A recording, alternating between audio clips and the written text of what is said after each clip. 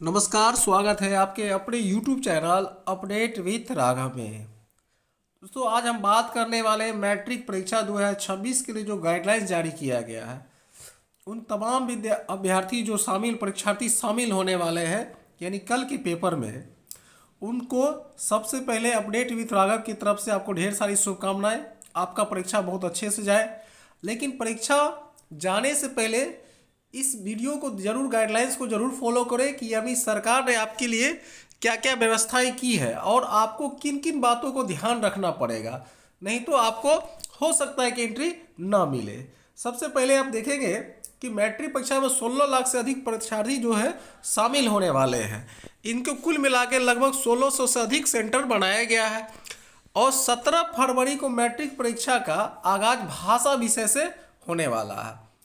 इनमें बहुत सारे ऐसे अभ्यर्थी हैं यानी परीक्षार्थी हैं जिनको अभी भी कभी क्या होता है, एडमिट कार्ड को लेके एक इशू आया था कि एडमिट कार्ड खो गया या एडमिट कार्ड भुला गया या एडमिट कार्ड घर पे छूट जाए। उस परिस्थिति में क्या करना, तो उसे बिल्कुल घबराने की जरूरत नहीं है। आपके लिए शिक्षा विभाग ने एक व्यवस्था की है। अगर आपका एडमिट कार्ड घर पे छूट जाता है या आप लाना भूल जाते हैं या खो गया, किसी कारणवश खो गया पर एग्जाम देते समय या आते समय, तो उसमें बिल्कुल घबराने की, पैनिक बिल्कुल नहीं होना। आप अपने माइंड को शांत रखिएगा। और इसमें देखिए बता दिया गया है कि प्रवेश पत्र गुम होने में पत्रक से होगी पहचान। ऐसा नहीं है कि आपको परीक्षा हॉल में एंट्री नहीं मिलेगी। आपको बिल्कुल निश्चिंत रहे, आपको एंट्री जरूर मिलेगी परीक्षा हॉल में।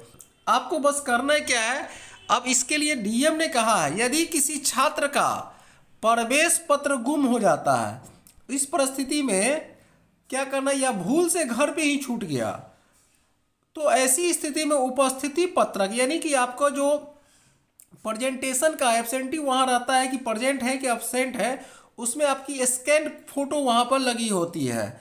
आपको उससे पहचान कर यानी आपका चेहरा का मिलान उससे करके रोल सीट से सत्यापित करके परीक्षा में बैठने की आपको औपचारिक अनुमति दी जाएगी। यानी कि आपको मान लीजिए आज कल पेपर है, आप भूल गए एडमिट कार्ड, तो घबराने की बात नहीं है।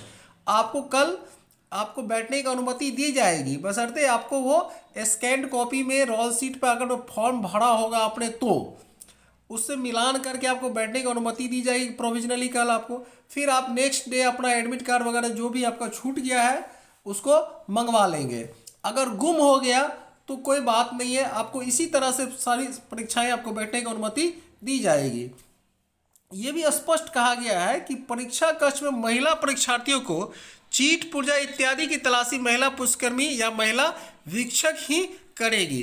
तो सबसे बड़ी बात यह है कि प्रवेश पत्र गुम होने के लिए टेंशन में बहुत से बच्चे पैनिक हो जाते हैं, उसके लिए निदान है, उससे पैनिक नहीं होना।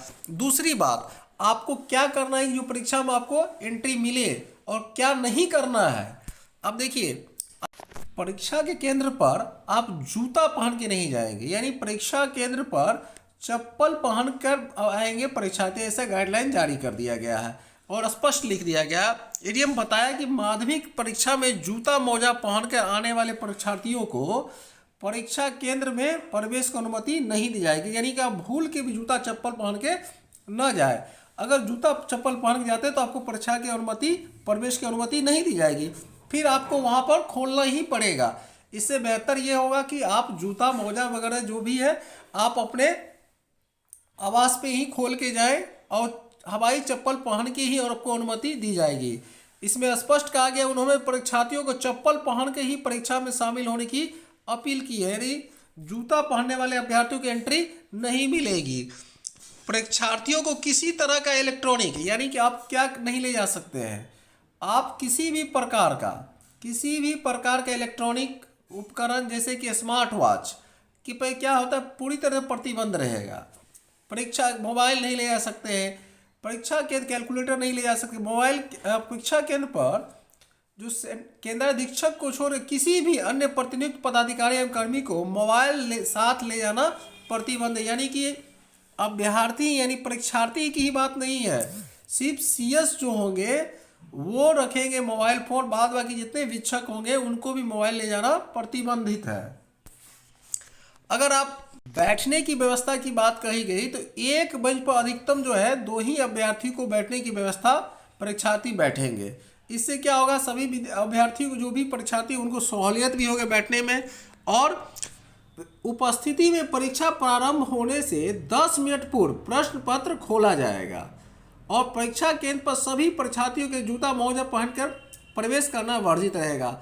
और आप तमाम परीक्षार्थियों से ये भी अनुरोध है कि आप समय से पूर्व ही सेंटर पहुंचे, क्योंकि आपने देखा अभी जो गाइडलाइंस जारी किया गया है उससे आधे घंटे पूर्व ही अगर जो गेट बंद करने का समय है, आपको 1 मिनट भी अगर लेट होता है तो आपको एंट्री नहीं दी जाती है।